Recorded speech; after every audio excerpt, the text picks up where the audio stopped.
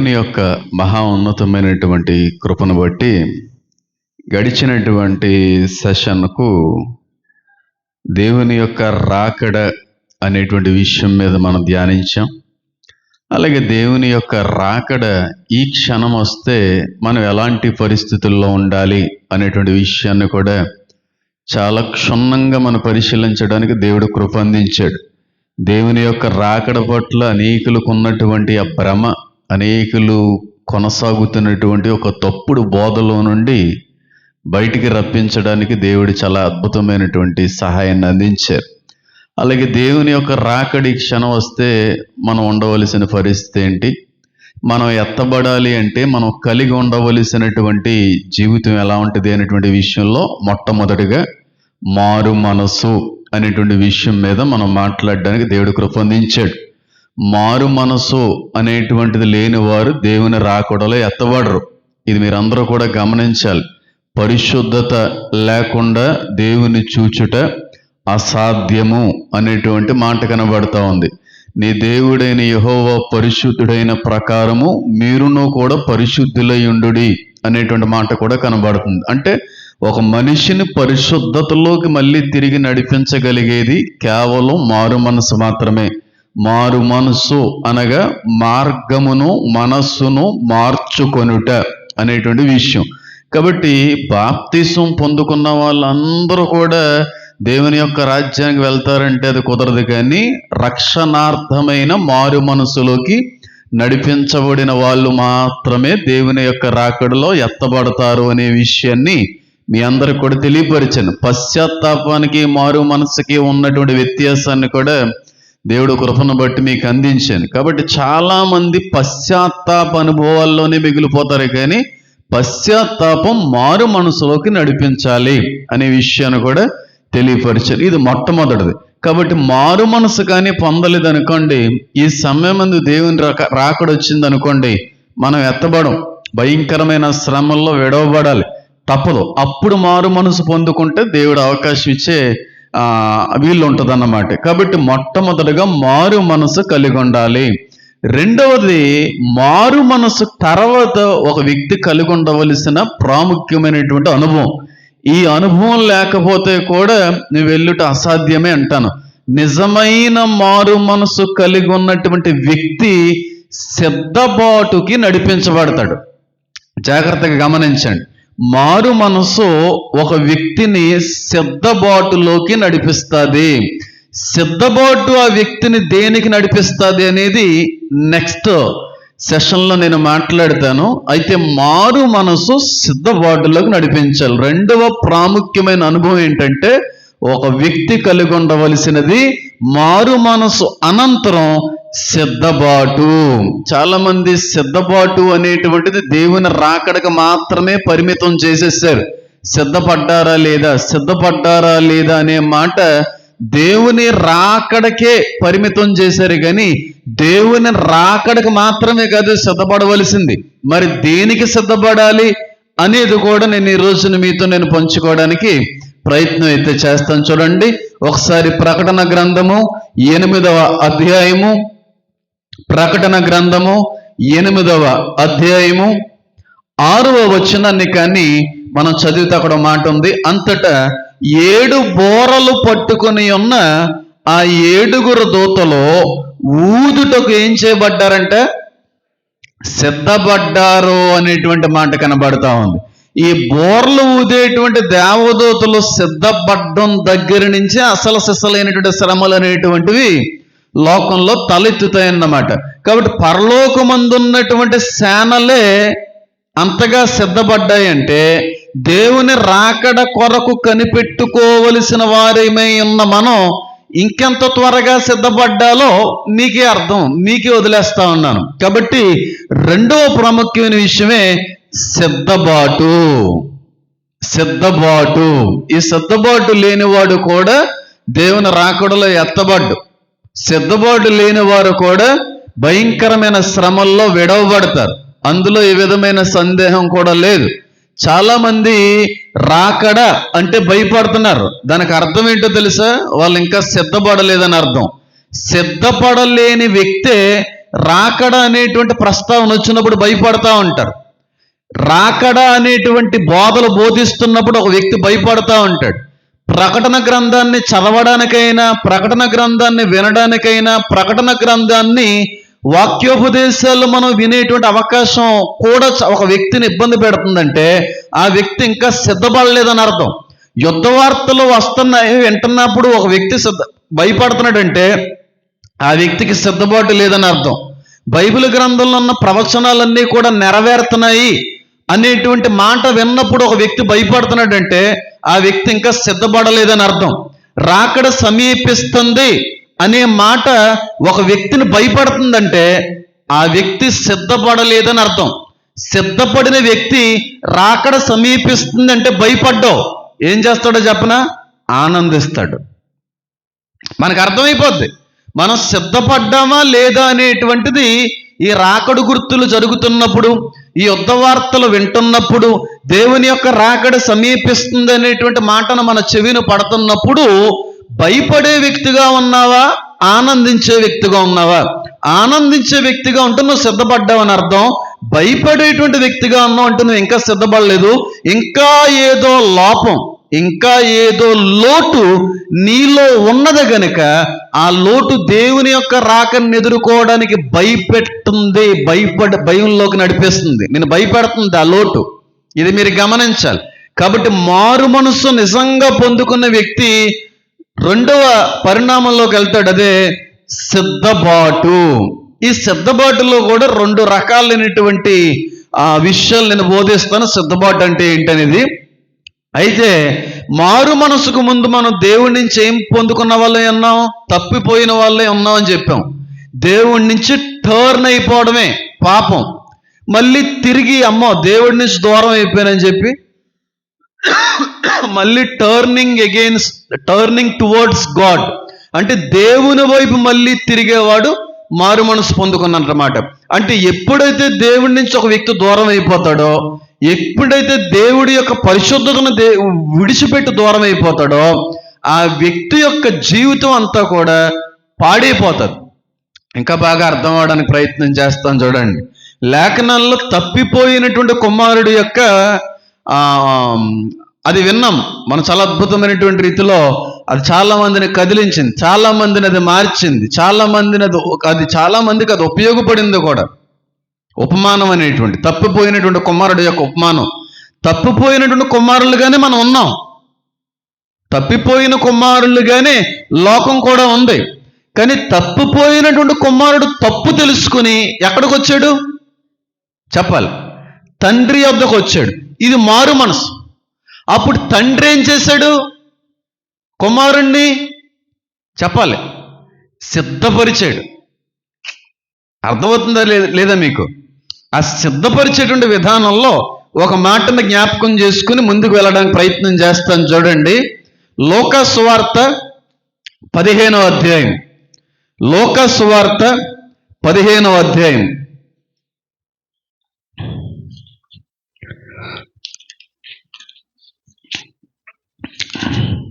పదిహేనవ అధ్యాయము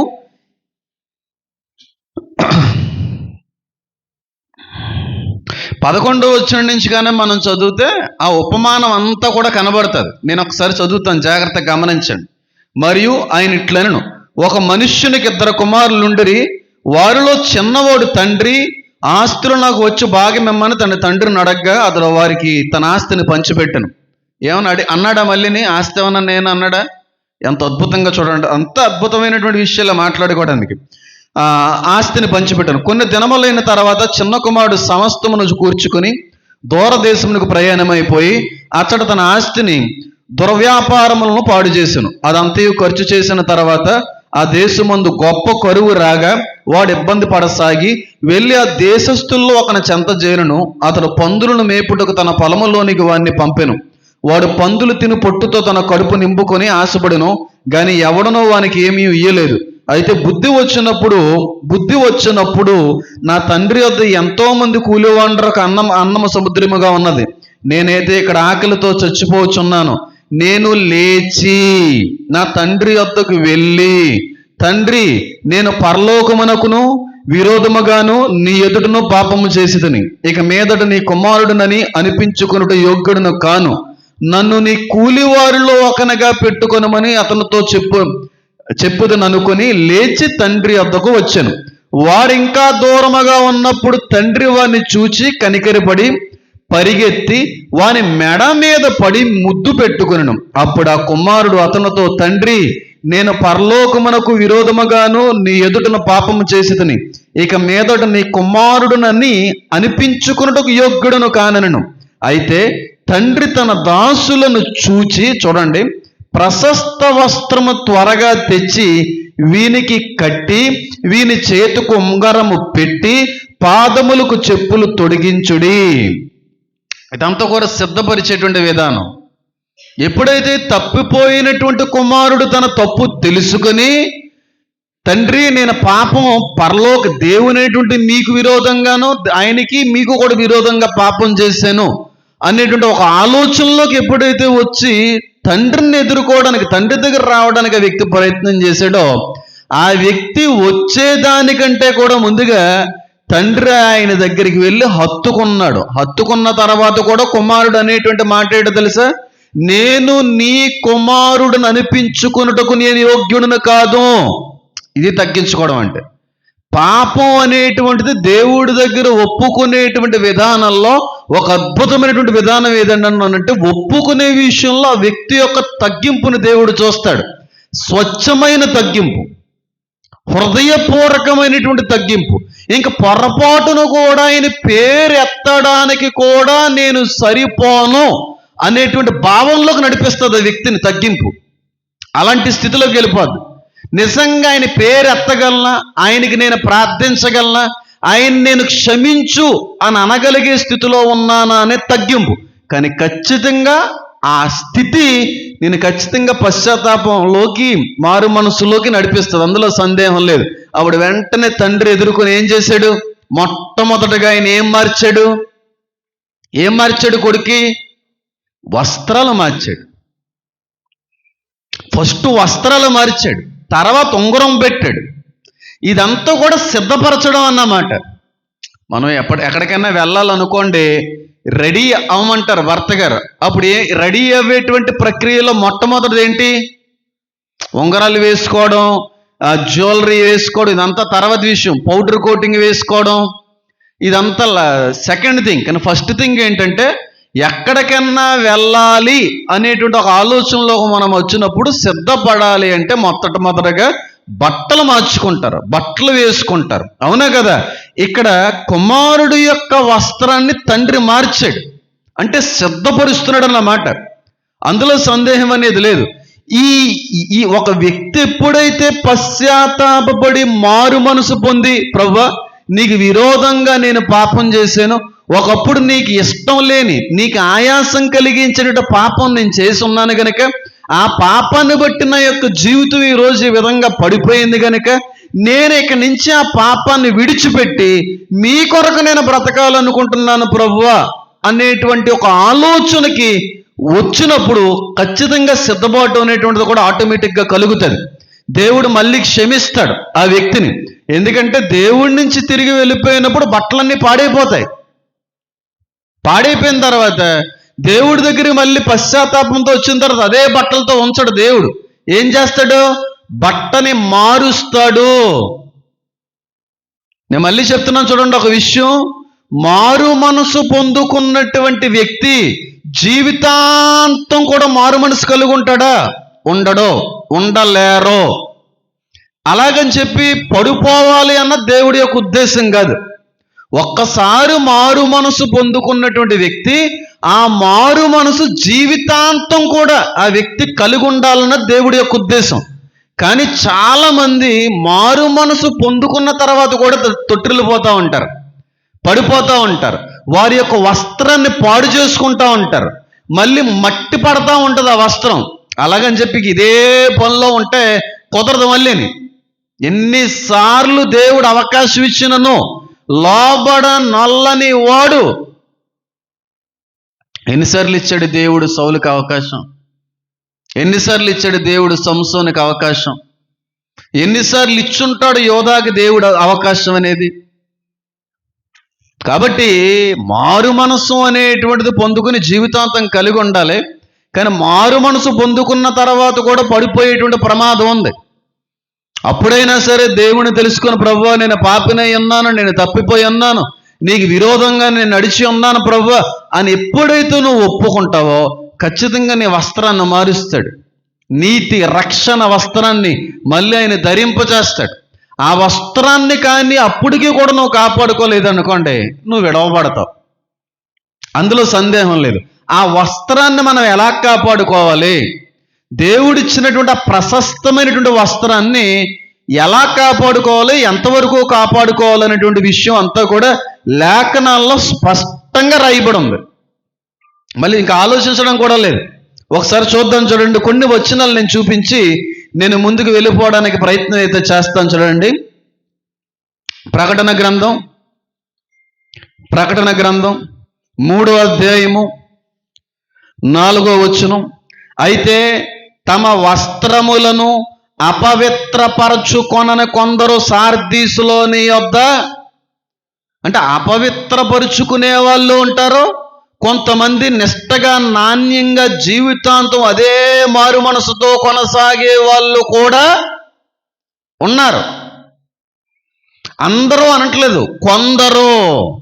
తమ వస్త్రములను అపవిత్రపరుచుకొనని కొందరు నీలో ఉన్నారు అని దేవుడు హర్షిస్తున్నాడు ఆ విషయాన్ని బట్టి. కాబట్టి దేవుడి దగ్గరికి ఎప్పుడైతే నీ పాపాన్ని ఒప్పుకొని పశ్చాత్తాపడి మారు మనసు పొందుతావో నీ పాత జీవితం అంతటినీ కూడా కడిగి పాడేస్తాడు దేవుడు. ఆ పాత మాసిపోయినటువంటి వస్త్రములన్నీ కూడా తీసి పాడేస్తాడు దేవుడు. పాడేసి అప్పుడు నీకేం చేస్తాడంటే కొత్త వస్త్రాన్ని ఇస్తాడు. ఆ వస్త్రం ఎప్పుడు వరకు నీ దగ్గర ఉండాలి? దేవుని రాకడ వచ్చేంత వరకు కూడా ఆ వస్త్రమును కాపాడుకునేవాడు ధన్యుడు అనే మాట రాయబడింది. కాబట్టి ఆ వస్త్రాన్ని కాపాడుకునేటువంటి ఆ ప్రక్రియలోనే ఈ సిద్ధపాటు కార్యక్రమం అంతా కూడా కలిగి ఉంటుంది. అదంతా కూడా నేను వివరించడానికి ప్రయత్నం చేస్తాను. ఒకసారి అలాగే ప్రకటన గ్రంథం 22వ అధ్యాయం కూడా చూడండి. 22వ అధ్యాయం 12వ వచనం.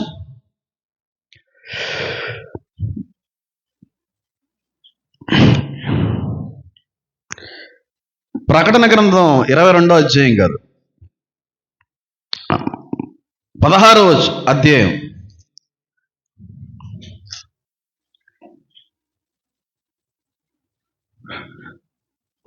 ప్రకటన గ్రంథం 16వ అధ్యాయం 16వ వచనం. ఇదిగో నేను దొంగవలే వచ్చుచున్నాను, తాను దిగంబరుడిగా సంచరించుచున్నందున జనులు తన దశములను చూతురేమో అని మెలకుగా ఉండి తన వస్త్రమును కాపాడుకునేవాడు. అంటే వస్త్రాన్ని ఏం చేయాలన్నమాట? కాపాడుకోవాలి. ఎప్పుడైతే ఒక వ్యక్తి మారు మనసు పొందుతాడో దేవుడు ఆ వ్యక్తి మీద ఉన్నటువంటి ఆ సిగ్గు అంతటిని కూడా కప్పడానికి వస్త్రాన్ని ధరింపజేస్తాడు. నీతి రక్షణ కృపా వస్త్రాన్ని ధరింపజేస్తాడు. ఆ వస్త్రాన్ని కాపాడుకునేటువంటి ప్రక్రియ సిద్ధపాటు. అంటే ఈ సిద్ధపాటు ద్వారాగానే మనం ఆ వస్త్రాన్ని కాపాడుకోగలం. ఈ వస్త్రాన్ని దేవుడు వచ్చే కాలం వరకు కూడా కాపాడుకోవాలి అంటే మనం చేయవలసిన 2 పనులు ఈ రోజున మీతో నేను మాట్లాడడానికి ప్రయత్నం చేస్తాను. మారు మనసు ఒక వ్యక్తిని సిద్ధపరుస్తుంది. మారు మనసు ఒక వ్యక్తిని సిద్ధపరుస్తుంది. మారు మనసు పొందినటువంటి వ్యక్తిని దేవుడు సిద్ధపరుస్తాడు. ఒక నూతన ప్రశస్తమైనటువంటి వస్త్రాన్ని ఆ వ్యక్తికి ధరింపజేస్తాడు. ఆ వస్త్రాన్ని మళ్ళీ జీవితంలో పాడు చేసుకోకూడదు. ఆ వస్త్రాన్ని జీవితంలో మాయనవ్వకూడదు. జీవితంలో ఆ వస్త్రాన్ని పొరపాటును కూడా విడిచిపెట్టకూడదు. ఆ వస్త్రాన్ని జీవితాంతం కాపాడుకోవాలి.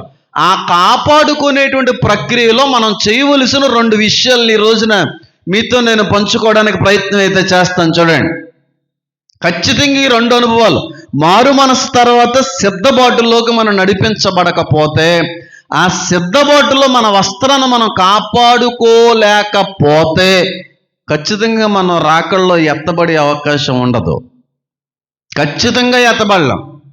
ఒకసారి తప్పు చేసావు, ఒకసారి పాపం చేసావు, తెలుసుకున్నావు, దేవుడి దగ్గరికి వచ్చావు, మొర్ర పెట్టావు, ప్రభువా నన్ను క్షమించండి అన్నావు, దేవుడికి క్షమించేశాడు. అయ్యో నేనెందుకు క్షమించను, నీ తప్పు నువ్వు తెలుసుకొని మళ్ళీ నా దగ్గరికి వచ్చినప్పుడు నేనెందుకు క్షమించను నాయన అని చెప్పి క్షమించడంతో పాటుగా ఆయన నీట్గా మళ్ళీ నేను రెడీ చేశాడు. ఈ రెడీ చేసినప్పుడు వేసినటువంటి వస్త్రం చచ్చిపోయే వరకు, దేవుడు రాకడ వచ్చే వరకు ఆ వస్త్రం అలా కాపాడుకోవాలి. నువ్వు అలా కాపాడుకోవాలి. ఒకవేళ ఎప్పుడైనా మళ్ళీ ఆ వస్త్రం కానీ పాడు చేసుకునే పరిస్థితి వస్తే, ఆయన ధరింపజేసినటువంటి నీకు వేసినటువంటి ఆ వస్త్రాన్ని కానీ తీసి కానీ నీ జీవితాన్ని కొనసాగిస్తుంటే నువ్వు చాలా భయంకరమైన పరిస్థితుల్లో పడిపోక తప్పదంటాను నేను. ఏం చేయాలి? సిద్ధపరచబడ్డం అంటే ఏంటి, అలాగే వస్త్రాన్ని కాపాడుకోవడం అంటే ఏంటి, ఈ రెండు మేము కలిగి ఉండాలంటే చెయ్యవలసినటువంటి విషయాలు ఏంటి అని ఆలోచన చేస్తే రెండు వచనాలు నేను కోట్ చేసి ముందుకు వెళ్ళిపోవడానికి ప్రయత్నం చేస్తాను. చూడండి, ప్రకటన గ్రంథం, అదే ప్రకటన గ్రంథం 3వ అధ్యాయము 10వ వచనం. నీవు నా ఓర్పు విషయమైన వాక్యమును గైకొంటివి గనుక భూనివాసులను శోధించుటకు లోకమంతటి మీదకి రాబోవు శోధన కాలములో నేను నిన్ను కాపాడుదును. కింద ఫుట్ నోట్లో శోధన గడియ అనే మాట రాయబడి ఉంటుంది. ఈ శోధన కాలమే శ్రమల కాలం అంటాను. సంఘం ఖచ్చితంగా శ్రమల్లో ఉండదు. లోకమంతటి మీదకే రాబోయేటువంటి ఆ శ్రమ కాలమునందు నేనేం చేస్తానంటున్నాడు ఆయన, కాపాడతాను. ఆ గడియ తండ్రికి తప్ప ఎవరికీ తెలియదు. దొంగ ఎలా అయితే వస్తాడు, ఏ గడియన వచ్చుదో తెలియదు కనుక దొంగ వలే వస్తాను. కాబట్టి ఇక్కడ మీరు ఆ గడియకి మీరు రెడీగా ఉండాలంటే మొట్టమొదటిగా మీరు చేయవలసిన పని ఏంటో తెలుసా? ఏమని రాయబడి ఉంది అక్కడ? నా ఓర్పు విషయమైన వాక్యమును గైకొనాలి. ఒక మనిషి మారు మనసు పొందిన తర్వాత సిద్ధపాటులోకి నడిపించబడాలి అంటే ఆ వ్యక్తి చేయవలసిన రెండో ప్రాముఖ్యమైన పని ఏంటి తెలుసా? వాక్యమునందు విధేయత. ఎవరైతే దేవుడి యొక్క రాకడ వచ్చు క్షణం వరకు వాక్యాన్ని గౌరవిస్తారో, వాక్యాన్ని ఉన్నట్టుగా అవలంబిస్తూ ఉంటారో, వాక్యానుసారంగా వాళ్ళు గై కొనడానికి ప్రయత్నిస్తూ ఉంటారో వారు మాత్రమే ఆ గడియలో తప్పించబడతారు. బాగా గుర్తుపెట్టుకోండి, ఒక వ్యక్తి సిద్ధపరచబడాలి అంటే చేయవలసిన మొట్టమొదటి పని వాక్యమును గైకొను వారే ఆ గడియనందు తప్పించబడతారు. ఏ గడియ? రహస్య రాకడ అనే గడియ. ఎంతమందికి అర్థమవుతుందని చెప్పేది? అందరికి అర్థమవుతుందా? కాబట్టి వాక్యమును గైకొను వారినే నేను కాపాడుతానంటున్నాడు. బాగా గుర్తుపెట్టుకోండి మాట. వాక్యమును గౌరవించే వాళ్ళని మాత్రమే నేను కాపాడుతాను. ఒకసారి మళ్ళీ అలాగే అదే ప్రకటన గ్రంథం 14వ అధ్యాయం చూడండి. అప్పుడు నేను వివరించే ప్రయత్నం చేస్తాను.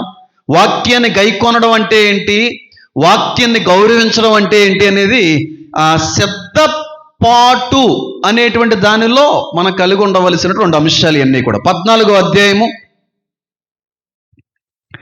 12వ వచనం. దేవుని ఆజ్ఞలను యేసును గూర్చిన విశ్వాసమును గైకొనుచున్న పరిశుద్ధుల ఓర్పును ఇందులో కనబడు. దేవుని ఆజ్ఞలను గైకొనుచున్నటువంటి పరిశుద్ధులు మాత్రమే పరిశుద్ధ లోకానికి వెళ్ళగలరు. పరిశుద్ధులు మాత్రమే పరిశుద్ధులను చూడగలరు. నీ దేవుడైన వాడు పరిశుద్ధుడై ఉన్న ప్రకారము మీరు కూడా పరిశుద్ధులై ఉండాలి. ఆ పరిశుద్ధులు ఎవరంటే ఆజ్ఞలను గైకొను వారు. ఇక్కడ కూడా అదే మాట రాయబడుతుంది. అవునంటారా కాదంటారా? కాబట్టి ఒక వ్యక్తిని సిద్ధపాటులోకి సిద్ధపరచడంలోకి నడిపించేది వాక్యాన్ని గైకొనడం. విన్నటువంటి వాక్యాన్ని ఆచరణలో పెట్టేటువంటి వ్యక్తిని సిద్ధపరుస్తాడు దేవుడు. అర్థమవుతుందా నేను చెప్పేది? మారు మనసు ఒక వ్యక్తిని సిద్ధపరచాలి అంటే ఆ వ్యక్తి చదివిన వాక్యం, విన్న వాక్యం, గైకొనే విధంగా ఉండాలి. అర్థమవుతుందా? నేను ఇంకా బాగా చెప్పే ప్రయత్నం చేస్తాను. ఇప్పుడు మా అమ్మగారు లేదంటే మా నాన్నగారు ఏదో పని చెప్పారు, బాబు నువ్వు ఈ పని చేసి పెట్టాలి నాకు అని చెప్పారు. ఆ మాట నేను విన్నాను, విని అలాగేనమ్మా అన్నాను. అలాగేనమ్మా అంటే పని అయిపోద్దా? ఎప్పుడు వాళ్ళ మాటను గౌరవించినోడిని అవుతాను? వాళ్ళు చెప్పినటువంటి పనిని అలాగే అని చెప్పి ఆ పనిని జరిగించినప్పుడు వాళ్ళు గౌరవించినోడిని అవుతాను. వాళ్ళ మాటకి నేను విలువిచ్చినోడిని అవుతాను. అంతేకాని వాళ్ళ మాట వింటే నేను గౌరవించినోడిని అవను. విన్నటువంటి మాటని జరిగించినప్పుడే వాళ్ళ యొక్క మాటని గౌరవించినోడిని అవుతాను. కాబట్టి నా మాట చెప్తున్నా, బాగా గుర్తుపెట్టుకోండి. వాక్యాన్ని చదివేవాడు దేవుణ్ణి గౌరవించేవాడు కాదు. వాక్యాన్ని చదివేటువంటి వాడు పాపం చేయకుండా ఉంటాడని నేను అనట్లేదు. వాక్యాన్ని చదివేవాడు కాదు, వాక్యాన్ని గైకొనేవాడు దేవుని గౌరవించేవాడు. వాక్యం అందరూ చదువుతారు. నువ్వేంటి, దేవుడంటే ఇష్టం లేని వారు కూడా వాక్యాన్ని తప్పు పట్టడానికి చదువుతూ ఉంటారు. వాళ్ళకి నీకు పెద్ద తేడా ఏముంది? వాక్యాన్ని చదివేవాడు పాపం చెయ్యకుండా ఉండలేడనేది పెద్ద అబద్ధం. వాక్యాన్ని గైకొనేవాడు పాపం చేయకుండా ఉండగలడు. ఎంతమందికి అర్థమైందని చెప్పేది? కాబట్టి దేవుడు ఏదైతే మనకి ఇచ్చాడో ఆ ఆజ్ఞలు, ఆ వాక్యము విని దాన్ని ఆచరించినప్పుడే దేవుని గౌరవించడం అనేది జరుగుతుంది. ఇప్పుడు ఇన్ని ప్రసంగాలు చేస్తున్నాను, ఇన్ని బైబిల్ స్టడీస్ ఇచ్చాను, ఇన్ని సెమినార్స్ ఇచ్చాను, బోల్డ్ అంత వాక్యం దేవుడు మీకు బోధించాడు. ఆ బోధించబడినటువంటి వాక్యం మీరు వినడంతో పాటుగా వాక్యానుసారంగా నడవగలిగే వ్యక్తే సిద్ధపడగలడు. ఆ వ్యక్తే వాక్యాన్ని గౌరవించగలిగేటువంటి వాడిగా ఉండగలడు. కాబట్టి ఇక్కడ చాలా క్లియర్గా ప్రకటన గ్రంథం 3వ అధ్యాయంలో రాయబడినటువంటి మాట ఏంటంటే, ఆ గడియలో రహస్య రాకడ యందు నువ్వు శ్రమల నుంచి కాపాడబడాలి అంటే, తప్పించబడాలి అంటే నువ్వు చేయవలసిన మొట్టమొదటి పని ఏంటో తెలుసా? ఓర్పు విషయమైన వాక్యముని ఏం చేయాలి? గైకొనాలి.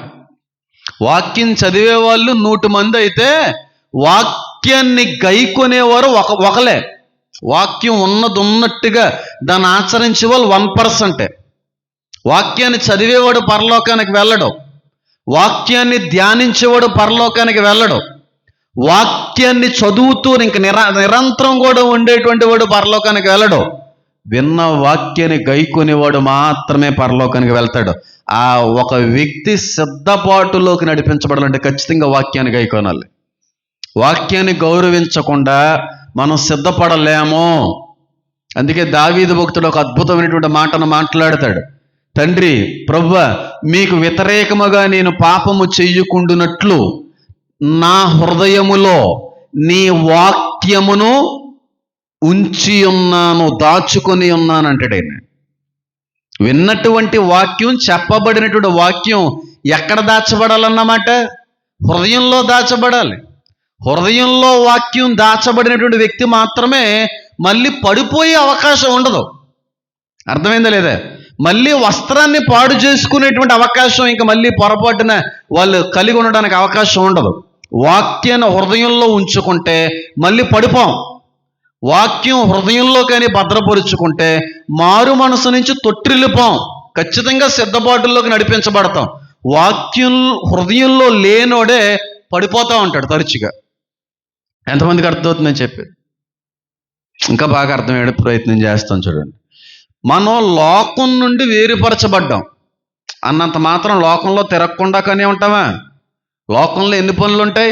బోల్డ్ అన్ని పనులు ఉంటాయి. లోకంతో మాట్లాడకుండా, బంధువులతో మాట్లాడకుండా, లోకంలో సంచరించకుండా, లోకంలో పనులు చేయకుండా ఒక క్రైస్తవుడు 4 గోళ్ల మధ్యన దేవుడితో ఉండిపోగలడా? ఉండలేడు. లోకం నుంచి వేరుపరిచి ఆయనకి మంచి వస్త్రాన్ని ఇచ్చాడు. లోకంలో తిరుగుతాం కానీ లోకంలో పడిపోకూడదు. యేసుక్రీస్తు ప్రభువు పాపులతో తిరిగాడు కానీ పాపం చేయలేదు. ఎప్పుడు? వాక్యాన్ని ఆయన హృదయంలో పెట్టుకున్నప్పుడు. దావీదుకి జీవితంలో బోల్డ్ మంది అంతకంటే అందమైనటువంటి వాళ్ళు ఎదురు కాలేదంటారా? అంతకంటే భయంకరమైనటువంటి శోధనలు ఆయన జీవితంలో ఎదురు కాలేదంటారా? కానీ ఒకసారి చేసినటువంటి తప్పిదం మళ్ళీ జీవితంలో ఎప్పుడు చేయలేకపోయాడో తెలుసా? చేసినటువంటి తప్పిదాన్ని ఒప్పుకొని విడిచిపెట్టి హృదయంలో దేవుని వాక్యాన్ని దాచుకున్నప్పుడు మళ్ళీ చేయలేకపోయాడు. చెయ్యలేం, అది హృదయంలో వాక్యం కానీ దాచబడతాయి. ఇంకా బాగా అర్థమయ్యే ప్రయత్నం చేస్తాం చూడండి, ఇంకా బాగా అర్థమవుతుంది. ఇప్పుడు దేవుని నుంచి తప్పిపోయామండి, పాపలోకంలో పడిపోయామండి, మస్తు అయిపోయాం, భయంకరమైనటువంటి అపవిత్రత అపరిశుద్ధత అంతా కూడా మనలోకి వచ్చేసింది.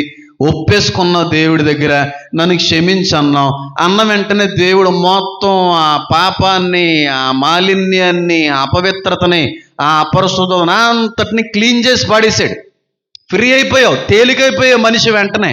ఎప్పుడైతే మారు మనసు పొందుకున్నావో వెంటనే తేలికైపోయావు. ఇంక హృదయంలో ఉండవలసినటువంటి ఆ పాపం అంతా కూడా తీసి దేవుడు బయట పెట్టేశాడు. పెట్టేసిన తర్వాత హృదయం ఏమైపోద్ది? అప్పుడు తేలికైపోద్ది. తేలిక ఎప్పుడవుతుంది? ఒక వాటర్ బాటిల్ ఉంది, water bottle full of water ఉంది, బరువుగా ఉంటుందా తేలిగ్గా ఉంటుందా? ఆ నీళ్ళన్నీ పంపిస్తాను అనుకోండి, ఆ వాటర్ బాటిల్ తేలిక అవుతుందా బరుగ్గా ఉంటుందా? అంటే ఒక వ్యక్తి తేలిక అవ్వాలి అంటే ఆ లోపల ఉన్నది బయటికి రావాలి. అవునంటారా కాదంటారా? ఎంటీ అయిపోవాలి, ఖాళీ అయిపోవాలి. ఆ ఖాళీ అయిపోయినటువంటి హృదయంలో మళ్ళీ దేవుని వాక్యాన్ని కానీ తెచ్చిపెట్టుకొని దాన్ని నింపుకోకపోతే మళ్ళీ వచ్చేస్తుంది ఆ పాపం నీ జీవితంలోకి. అందుకే యేసుక్రీస్తు ప్రభు వారు ఏమన్నారంటే, ఒకడు ఒక ఇంటిని శుభ్రపరుచుకొని అమ్మయ్య అని కూర్చుంటే సరిపోదంట. ఆ ఇంటిని శుభ్రపరుచుకున్న తర్వాత ఖాళీ అయిపోయినటువంటి ఆ ఇంటిలోకి వెళ్ళిపోయినటువంటి దురాత్మలో మరొక 7 తీసుకుని వచ్చి పెడతాయంట. ఎప్పుడు? ఖాళీగా ఉంటేనే. ఖాళీగా ఉండకుండా చెయ్యాలి అంటే వాక్యంతో నింపుకోవాలి నీ హృదయాన్ని. ఎంతమందికి అర్థమైంది? దేవుడు ఖాళీ చేసేస్తాడు. మారు మనసు పొందిన వెంటనే ఆ పాపపు ఆలోచనలు, పాపపు క్రియలు, పాపపు తలంపులు అన్నిటినీ కూడా నీలో నుంచి తీసి బయట పడేస్తాడు. ఒక్కసారి తేలికైపోద్ది, ఎంటీ అయిపోద్ది, ఖాళీ అయిపోద్ది.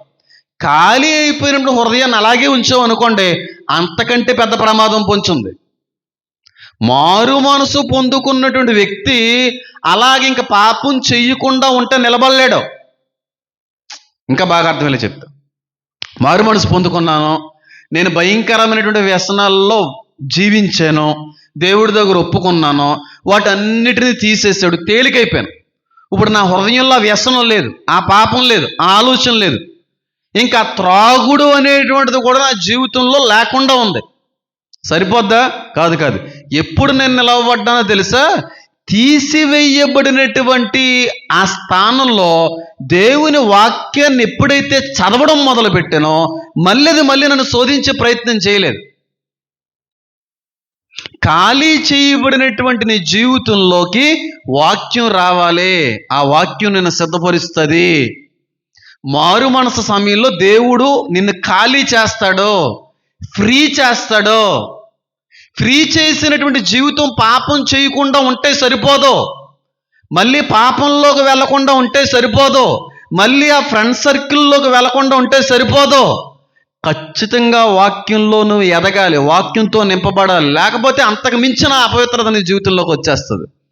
అందుకే నేను ఎప్పుడో కూడా మాట అంటూ ఉంటాను, వాక్యం లేని జీవితం సర్వనాశనం అంటాను. క్రైస్తుడిగా ప్రతి ఒక్కడూ కూడా వాక్యానికి ప్రత్యేకత, ప్రాముఖ్యత, సమయం అనేది ఇవ్వాలి.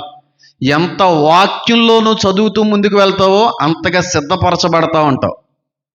వాక్యానికి ప్రత్యేక సమయం. నేను అంటాను, రోజులో కనీసం 2.5 గంటలు వాక్యానికి ఇవ్వగలిగేటువంటి స్థితిలో ఉండాలి ఒక విశ్వాసం అంటాను. 2.5 గంటలు ఖచ్చితంగా ప్రార్థనకి ఇవ్వగలిగేటువంటి స్థితిలో ఉండాలి విశ్వాసం అంటాను.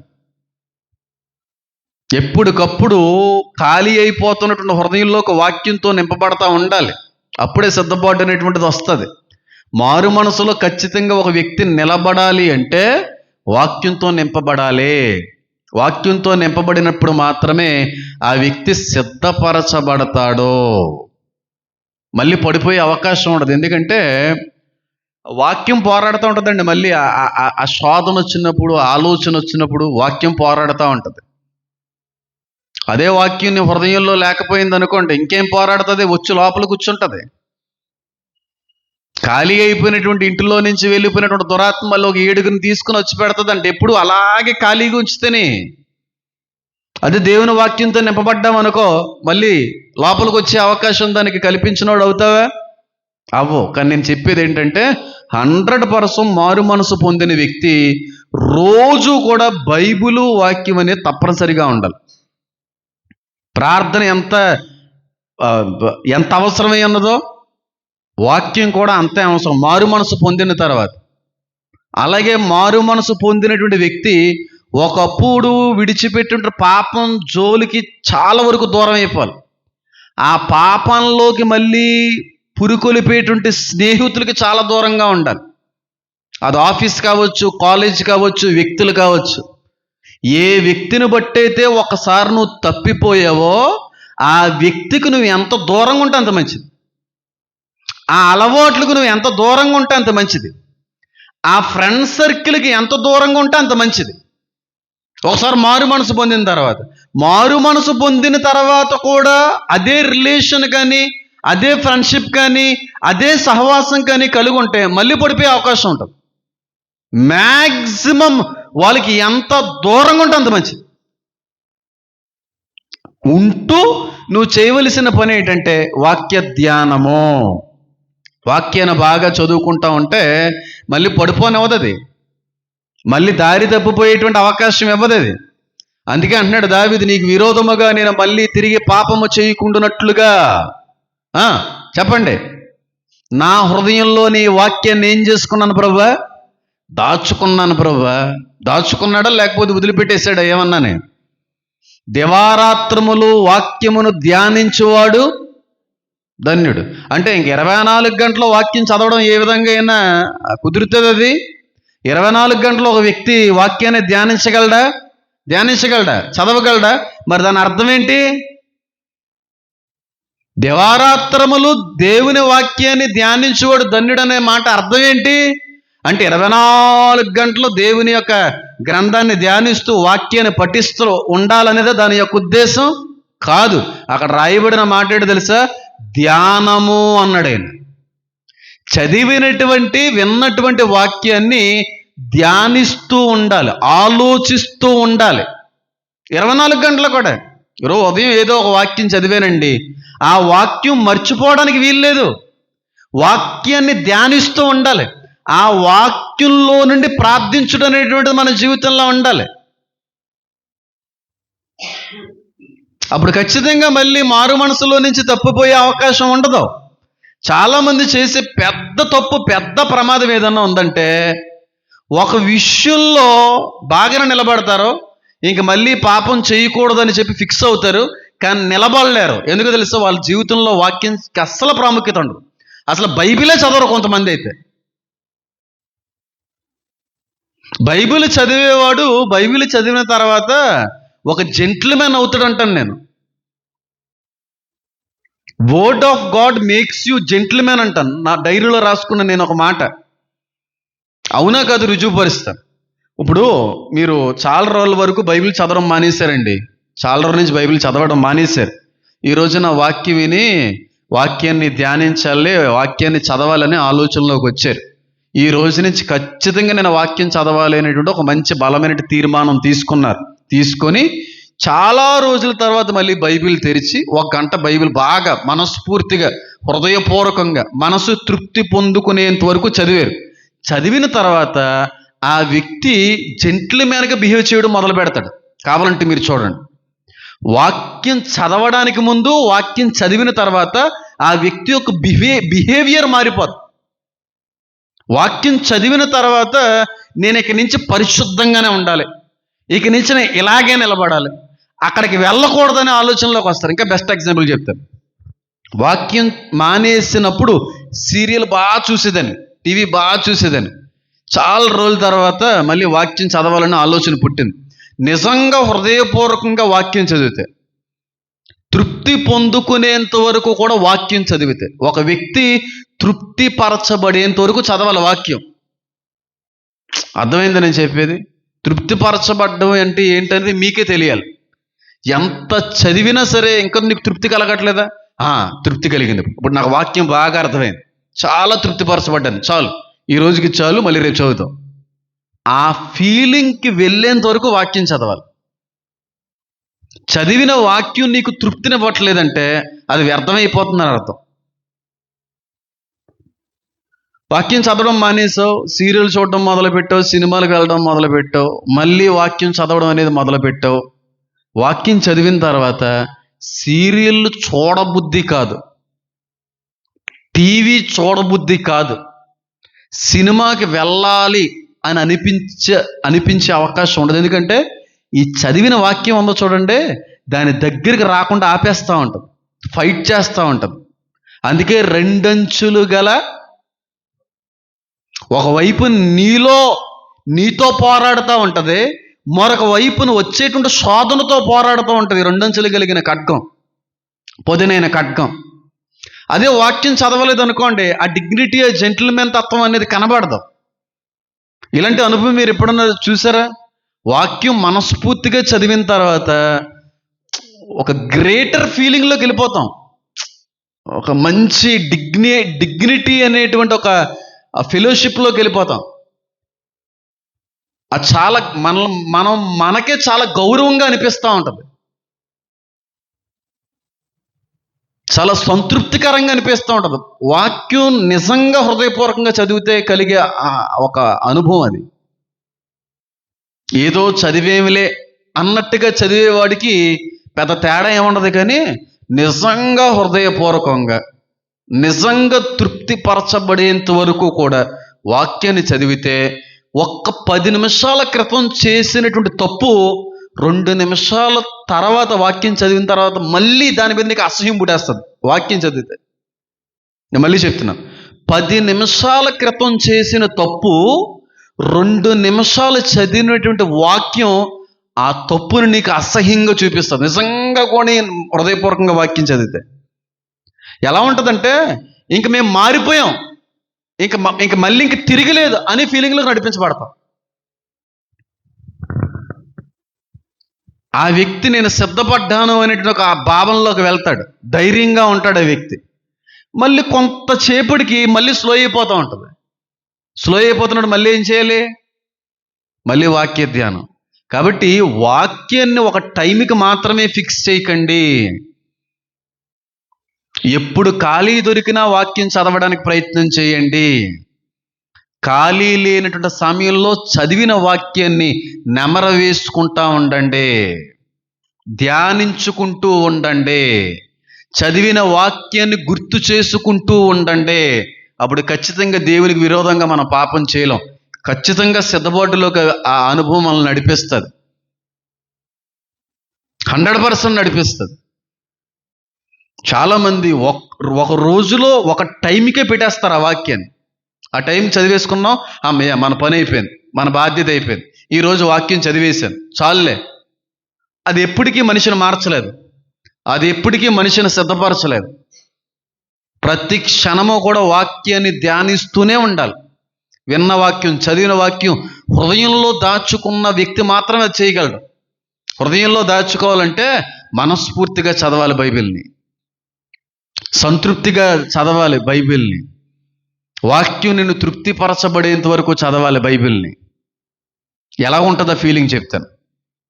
నామకార్థంగా చదవడానికి, హృదయపూర్వకంగా చదవడానికి ఉన్నటువంటి అర్థం ఏంటో చెప్తాను, విభిన్నత్వాలు, తేడాలు ఏంటో చెప్తాను. నామకార్థంగా ప్రతిరోజు వాక్యం చదువుకుంటూ వెళ్ళిపోయేటువంటి వ్యక్తి ఎంత చదివినా వాక్యం అర్థం కాదు, కీర్తనలు కూడా అర్థం కాదు, సామెతల్లో ఉన్న మాటలు కూడా అర్థం కావు. తృప్తిగా మనస్ఫూర్తిగా చదివేటువంటి వ్యక్తి చదువుతున్నప్పుడు వాక్యం అర్థమవుతూ ఉంటుంది, పాస్టర్ గారి వరకు కాదు. అర్థమైంది నేను చెప్పేది? దాన్నే పరిశుద్ధాత్ముని నడిపింపు అంటాను నేను. చాలా ఈజీగా అర్థమవుతూ ఉంటుంది. చదువుతున్నప్పుడు అర్థమైపోతూ ఉంటుంది, వెంటనే అర్థమైపోతున్నప్పుడే నీకు సంతృప్తి అనేది కలుగుతుంది. నువ్వు ఎంత చదివినా నీకు అర్థం కావట్లేదంటే నీకు సంతృప్తి అనేది ఎప్పటికీ కలగదు. నామకార్థంగానే చదువుతున్నామని అర్థం. ఏదో బడబడ చదువుకుంటే ఎలా కుదురుతుందండి? కొన్ని సందర్భాల్లో ఒక వచనాన్నే నీకు అర్థమయ్యేంత వరకు చదువుకోవాలి. ఆ వచనం అర్థం కాకుండా రెండో వచనంకి వెళ్తే ఏమి లాభం అది? ఏమి లాభం అది? ఇప్పుడు best exam 10th class exams జరుగుతున్నాయండి. సోషల్ స్టడీస్ అనేటువంటి సబ్జెక్ట్ చెప్తున్నారండి. చెప్తున్నప్పుడు వింటున్నాం. తర్వాత రోజు కూడా మేడం వచ్చి చెప్తున్నారు, వింటున్నాం. మూడో రోజు కూడా మేడం వచ్చి చెప్పారు, వింటున్నాం. కానీ ఆవిడ చెప్తున్నటువంటి మాటని, సబ్జెక్ట్ని వింటున్నావు, కానీ నీకు అర్థం కావట్లేదు. ఎగ్జామ్లో ఫెయిల్ అవుతావు, పాస్ అవుతావా? ఎప్పుడు పాస్ అవుతావు? మేడం చెప్పే సబ్జెక్ట్ అర్థం చేసుకున్నప్పుడు పాస్ అవుతావు. మేడం గారు చెప్పేటువంటి సబ్జెక్ట్ నీకు అర్థమైనప్పుడు పాస్ అవుతావు. ఎప్పుడు అర్థమవుతుంది? ఆ మేడం చెప్పే సబ్జెక్ట్ మీద ఫోకస్ ఉంచినప్పుడు అర్థమవుతుంది. ఏకాగ్రత కలిగి ఉన్నప్పుడు అర్థమవుతుంది. అందుకే వాక్యం సెలవిస్తూ ఉంది, ఏకాత్మతో, ఏక మనస్సుతో.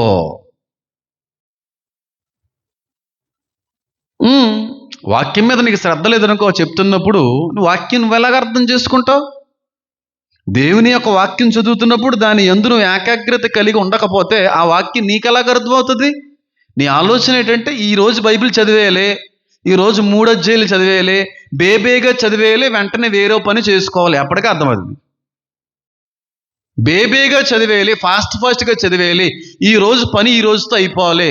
ప్రతిరోజు కూడా ఇది ఒక అలవాటుగా చేసేసుకున్నాను కనుక అమ్మ బాబాయ్ మిస్ అవ్వడానికి వీల్లేదు. ఈరోజు బైబిల్ చదవకుండా ఉండడానికి వీల్లేదు. ఈరోజు ప్రార్థన చేయకుండా ఉండడానికి వీల్లేదు. అటెండెన్స్ ఏం చేసుకోవాలంతే. నువ్వు పని చేస్తున్నావా లేదా అని అనవసరం అన్నమాట.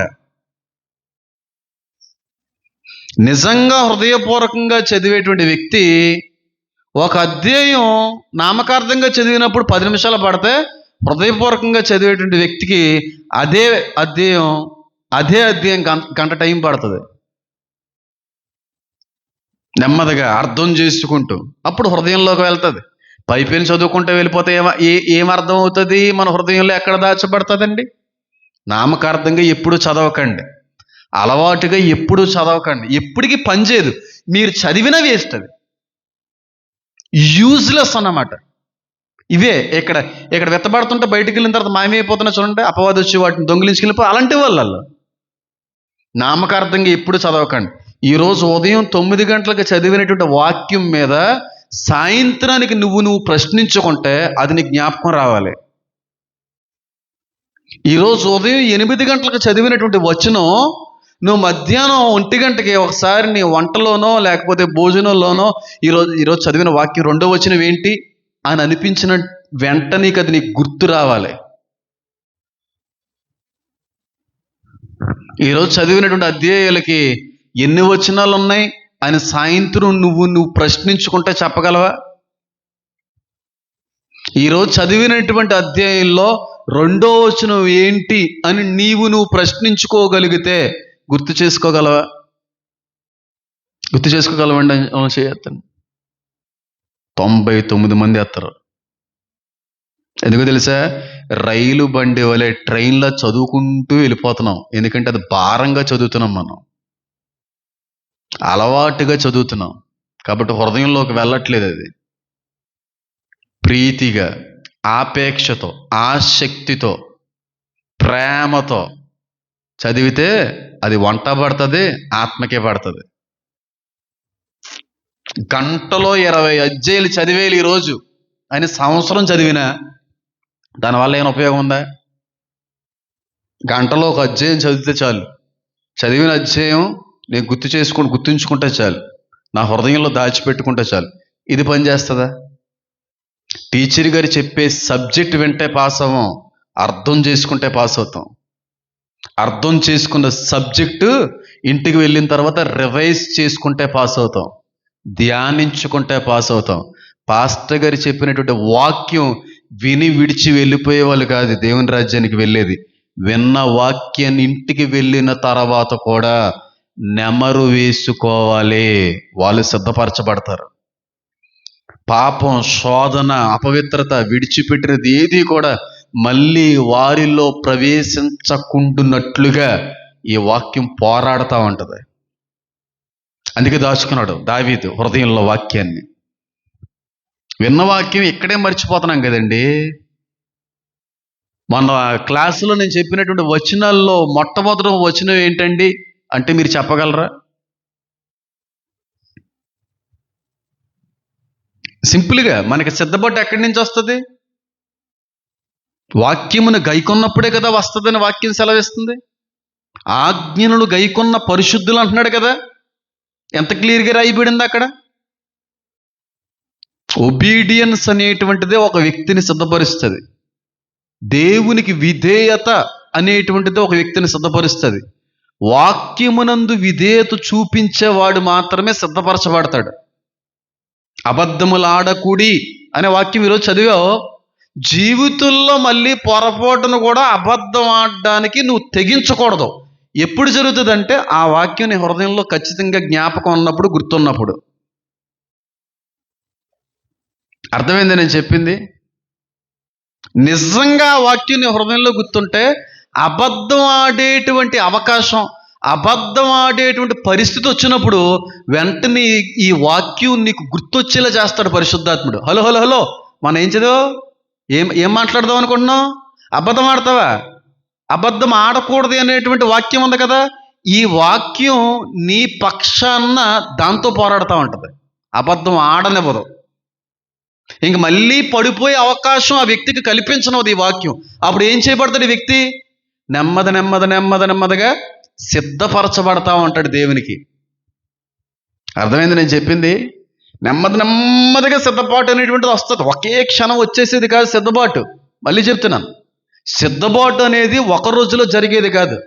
సిద్ధపాటు అనేది ఒక క్షణంలో జరిగేది కాదు. సిద్ధపాటు అనేది క్రమక్రమంగా జరిగేది. క్రమక్రమంగా సిద్ధపాటులోకి వెళ్తా ఉంటాం. ఎప్పుడు జరుగుతుంది?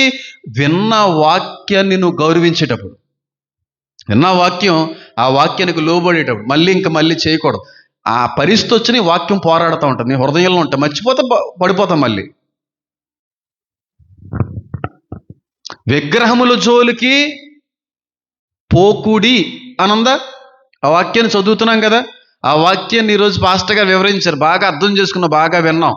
అమ్మ బాబే అని అనిపించింది. మళ్ళీ వాటి జోలికి వెళ్ళే అవకాశం వచ్చినా సరే వెళ్ళకుండా ఆపుతుంటుంది ఈ వాక్యం. మనం ఏమన్నా వాక్యం, నువ్వు మంచి చెళ్ళు చూడకూడదని పాస్టర్ గారు చెప్పారు కదా. జాతకాల వైపుకి వెళ్ళకూడదని చెప్పి పాస్టర్ గారు చెప్పారు కదా. సోదిగాండ్రిని ఆశ్రయించకూడదని పాస్టర్ గారు చెప్పారు కదా. మరి నేనేంటి, మళ్ళీ నేను మారినట్టే మారి వాటి మీద మళ్ళీ విశ్వాసం చూపుతున్నానేంటి అనే పరిస్థితికి నిజంగానే హృదయంలో వాక్యం కానీ ఉంటే ఇది పోరాడుతుంది. ఇది గుర్తు చేస్తూ ఉంటాడు పరిశుద్ధాత్ముడు ఆ వాక్యాన్ని. అసలు హృదయంలోనే వాక్యం లేదనుకోండి, ఏది తీసుకుని వచ్చి హలో అని చూపించగలడు? ఆ హృదయంలో వాక్యం లేదంటే అనుకోండి, దేన్ని తీసుకుని వచ్చి నేను ఆపగలడు? మన వాక్యం ఇదిగో అని ఎలా ఆపగలడు? లేదు కదా. ఇక్కడ గై కొనాలి, చదివిన వాక్యాన్ని గౌరవించాలి. ఈరోజు ఒక అధ్యాయం చదివావు, ఆ అధ్యాయంలో ఏదో ఒక వచనంతో దేవుడు మాట్లాడతాడు నీతో. ఏదో ఒక వచనంతో దేవుడు మాట్లాడతాడు. ఆ ఒక్క వచనం నిన్ను పట్టుకుంటుంది. ఈరోజు మాట్లాడింది దేవుడు ఈ వచనంతోనే. అది నిజంగా నువ్వు కానీ హృదయంలో దాచిపెట్టుకుంటే అలాంటి పరిస్థితులు ఎన్నిసార్లు వచ్చినా ఆ వాక్యం పోరాడుతూ ఉంటుంది. అదే వ్యక్తిని సిద్ధపరిచేది. ఇది మొట్టమొదటి విషయం. ఆజ్ఞలను గైకొనేవాడు కూడా పరిశుద్ధుడైన మాట కూడా ఆ చోట కనబడతా ఉంది. కాబట్టి వాక్యాన్ని గైకొనవాడు, వాక్యాన్ని గౌరవించలేనివాడు, విన్నటువంటి వాక్యాన్ని అర్థం చేసుకోలేనివాడు ఎప్పటికీ సిద్ధపరచబడలేడు. ఇది 100% కూడా 100% కూడా అది ఖచ్చితమైంది. నేను అందుకే అంటున్నాను, మెయిన్గా వాక్యం ఉండాలి ఒక వ్యక్తికి, ప్రార్థన ఉండాలి ఆ వ్యక్తికి, అదే వ్యక్తి జీవితంలో ఉపవాసాలు కూడా ఉండాలి. ఈ 3 ఉంటే ఖచ్చితంగా ఆ వ్యక్తి తప్పకుండా సిద్ధపరచబడతాడు. వాక్యాన్ని గై కొనని వాడు సిద్ధపడలేడు. ఎందుకంటే పడిపోతూ ఉంటాడు, మళ్ళీ పడిపోతూ ఉంటాడు ఆ వ్యక్తి.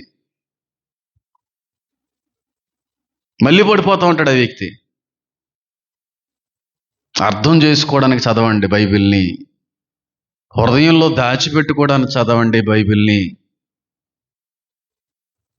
ఈరోజు నువ్వు చదివింది సాయంత్రానికే మర్చిపోతే చదివితే అంత, చదవకపోతే అంత.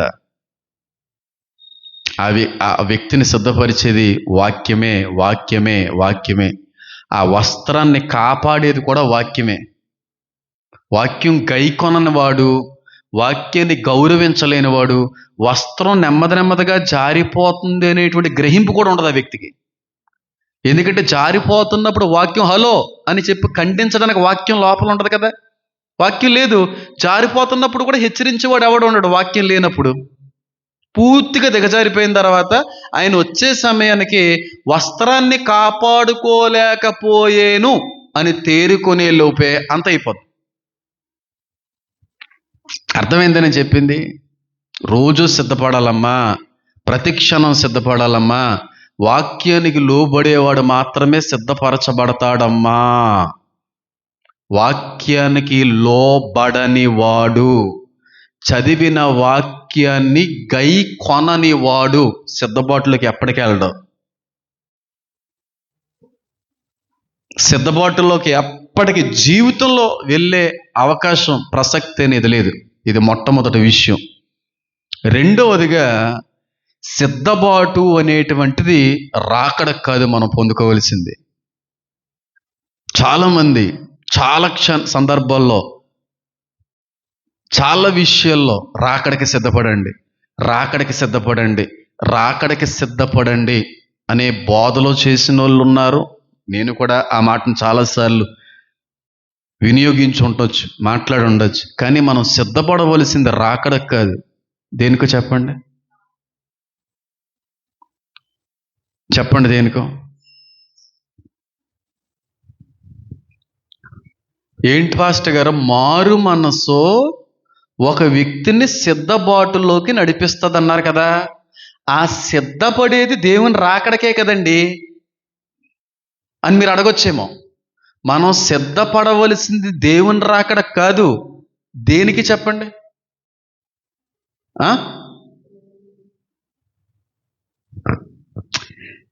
సిద్ధపాటు అనేటువంటి పదం మనకు అర్థం కాకపోతే ఇలాగ అనిపిస్తుంది. సిద్ధపాటు అంటే చెప్తాను చూడండి.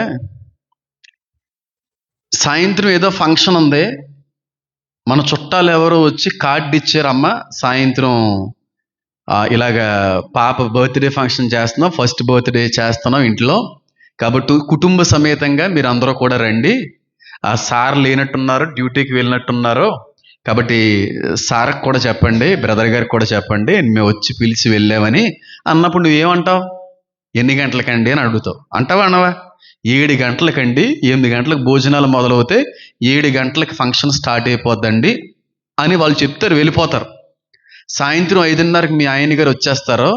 వచ్చేసిన తర్వాత ఇలాగ ఎదురింటోళ్ళు వచ్చి పిలిచారండి, 7 o'clockకి ఫంక్షన్ ఉందంట, కొంచెం బేగా రెడీ అవ్వండి అని అంటారు. అవునా కదా? అప్పుడు వెంటనే నువ్వు రెడీ అయిపోతావు. భర్త గారు కూడా సరే అయితే రెడీ అయిపోతాను, నేను రెడీ అయిపోయి నేను పిలిచేటప్పుడు నువ్వు కూడా రెడీగా ఉండు అంటాడు. 6:30 కల్లా భర్త గారు రెడీ అయిపోతారు. రెడీ అయిపోయి భార్య గారి దగ్గరికి వచ్చి నువ్వు రెడీ అయ్యావా అని అడుగుతాడు. ఆయన రెడీ అయ్యి కారు స్టార్ట్ చేసే సమయానికి వెళ్ళాలి అనుకున్న వ్యక్తి కూడా ఏమై ఉండాలి? రెడీ అయి ఉండాలి. అంటే దేవుని వచ్చు సమయానికి రెడీ చేయబడి ఉండాలి. రెడీ అవ్వవలసింది దేవుని రాకడ కాదు, దేవుని పిలుపుకి. మనం సిద్ధపడవలసింది, మనం రెడీ అవ్వవలసింది రాకడ కాదు, పిలుపుకి.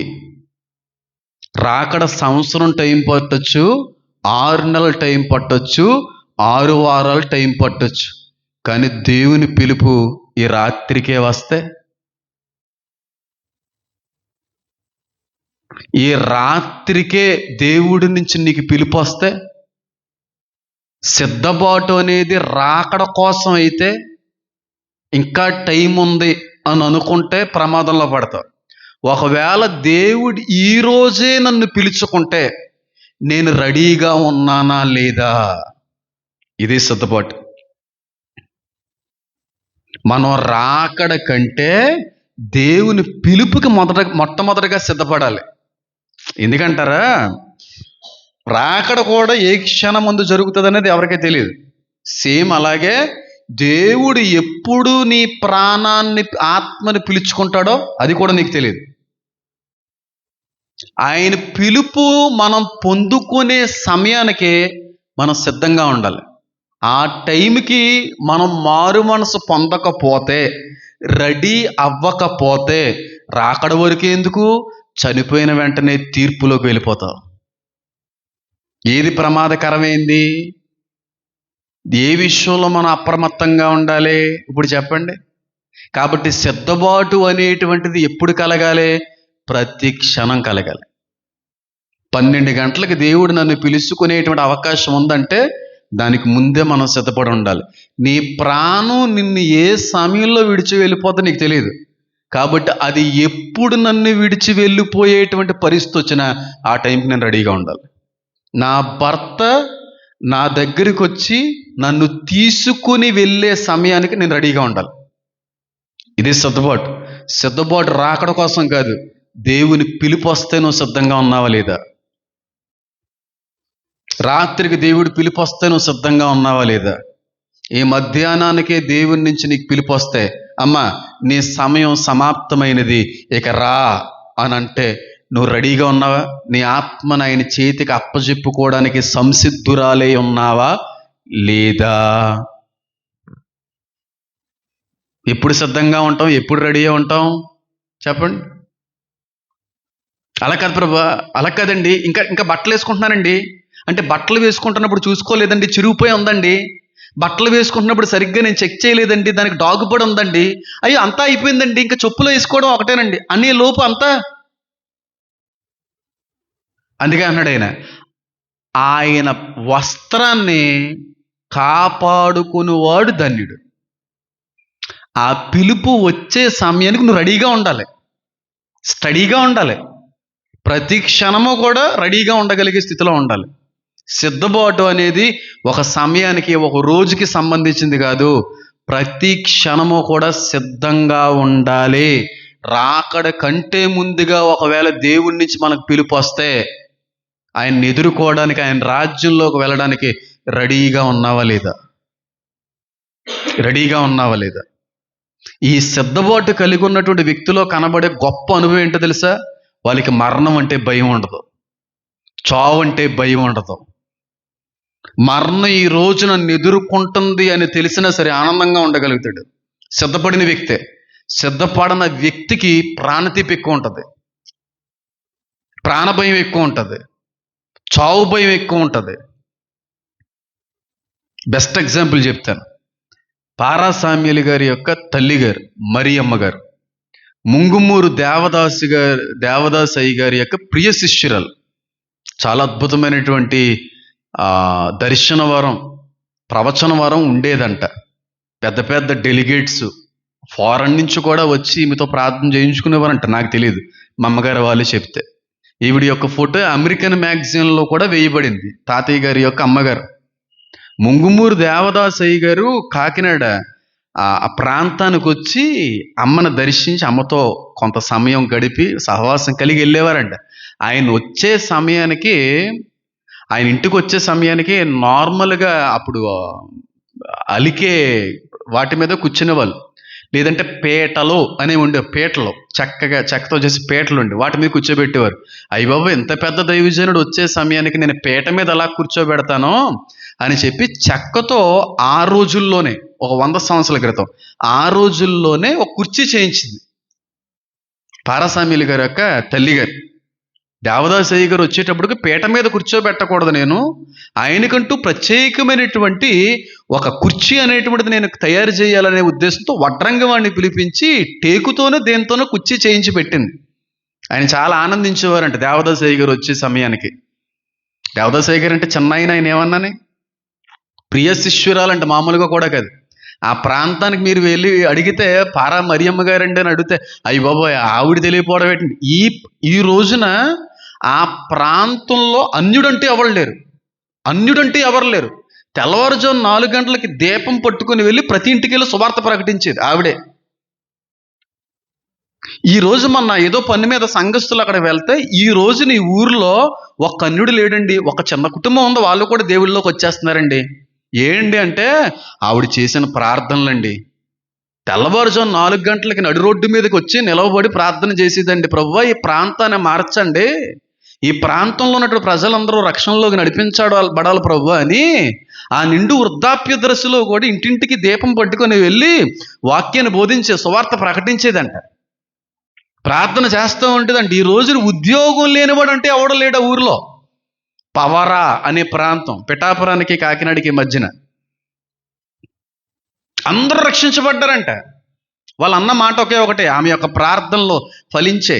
ఆ రోజుల్లో ఆవిడే బలంగా కట్టబడినటువంటి మంచి ప్రార్థన పరురాలుగా ఉండేటువంటి వ్యక్తి. దేవుడికి ఆవిడిచ్చినటువంటి సమర్పణ, ఆవిడిచ్చి కానుక ఇంకెవరో కూడా ఇచ్చేవారు కాదేమో. డైరెక్ట్గా ఆవిడ మందిరాన్ని కట్టించింది, చర్చిని కట్టించింది. ఆవిడ డబ్బుతో, ఆవిడ స్వహస్తాలతో, ఆవిడకు ఉన్నటువంటి డబ్బుతో అందరినీ అలాగే ప్రేమించే వ్యక్తి. ఆ వ్యక్తి ఇంటికి ఒకసారి పారా సామ్యూల్ గారు, తాతయ్య గారి యొక్క ఫ్రెండ్, ఆయన పేరు ప్రభునందు నిద్రించారండి. గుండు స్ట్రోక్ వచ్చి ఎడ్వర్డ్ రాజు గారు, కాకినాడ వాస్తవ్యులు. నేను సేవలోకి రాకముందు కూడా మనకు చాలా సహాయపడ్డారు దైవజనులు. తాతయ్య గారికి మంచి స్నేహితుడైన. ఒకసారి ఇంటికి వెళ్ళారంట. ఇంటికి వెళ్ళి లోపల వచ్చేస్తాను, ఈ లోపు నేను కొంచెం రెడీ అయ్యి వచ్చేస్తానంటే లోపల కూర్చోబెట్టారంట ఎడ్వర్డ్ రాజు గారిని, పాస్టర్ గారిని. కూర్చోబెడితే అలా కూర్చొని అలా ఇల్లల్లా చూస్తూ ఒకసారి పైకి ఇలా టర్న్ చేశాడంట, తలకాయ పైకి ఎత్తారంట. ఎత్తేటప్పటికి మిద్దె మీద శవపీటకు ఉందంట. ఆయన గుండెలు దడదల్లాడిపోయి బయటకు వచ్చి, సాయిబాబాయ్ శవపీటకు ఉందేటండి, సమాధుల్లో ఉండవలసినటువంటి ఆ శవపీటిక మిద్దె మీద ఉందంటే సామ్యులు అంటే, అప్పుడు అమ్మమ్మ గారు వచ్చి, కంగారు పడకో, నా కోసమే చేయించుకున్నానదంట ఆవిడ. అంటే చూడండి ఆవిడకి ఎంత సిద్ధపాటు. బ్రతుకుండగా సమాధి పెట్టి చేయించుకొని ఇంటిలో దాచుకున్నటువంటి వ్యక్తి పారా మరియమ్మ గారు. పారా మరియమ్మ గారు ఈ రోజున ఎలా ఉందో తెలుసా? క్రైస్తవుల్లోనే ఎక్కువ కనబడేది.